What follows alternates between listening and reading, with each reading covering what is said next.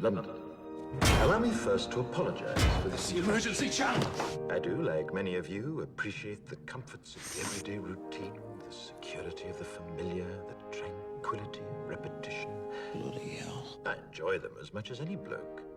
But in the spirit of commemoration, Who's that, Mum? whereby those important events of the past, usually associated with someone's death or the end of some awful bloody struggle, are celebrated with a nice holiday, I thought we could mark this November the 5th, a day that is sadly no longer remembered, by taking some time out of our daily lives to sit down and have a little chat. There are, of course, those who do not want us to speak. Let me think, just let me I think. suspect even now, orders are being shouted into telephones, and men with guns will soon be on their way. It's Chancellor Sutler. Damn it! Why?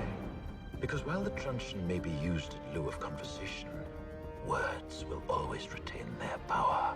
Words offer the means to meaning, and for those who will listen, the enunciation of truth.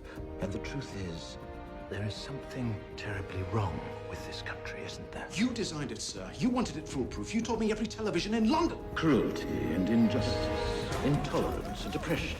And where once you had the freedom to object, to think and speak as you saw fit, you now have censors and systems of surveillance coercing your conformity and Cameras. soliciting your submission. We need cameras. How did this happen?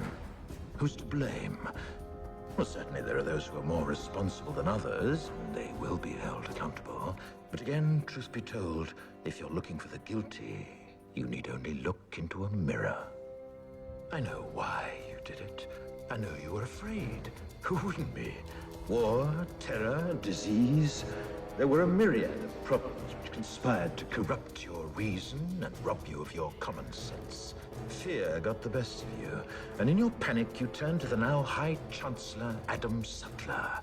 He promised you order, he promised you peace, and all he demanded in return was your silent, obedient consent. Inspector, you're almost through. Last night, I sought to end that silence.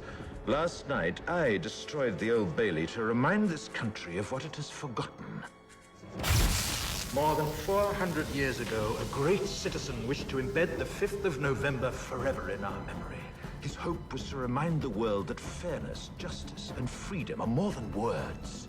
They are perspectives. So if you've seen nothing, if the crimes of this government remain unknown to you, then I would suggest that you allow the 5th of November to pass unmarked.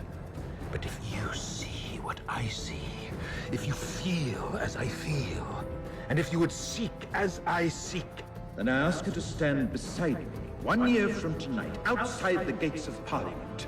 And together we shall give them a 5th of November that shall never, ever be forgotten.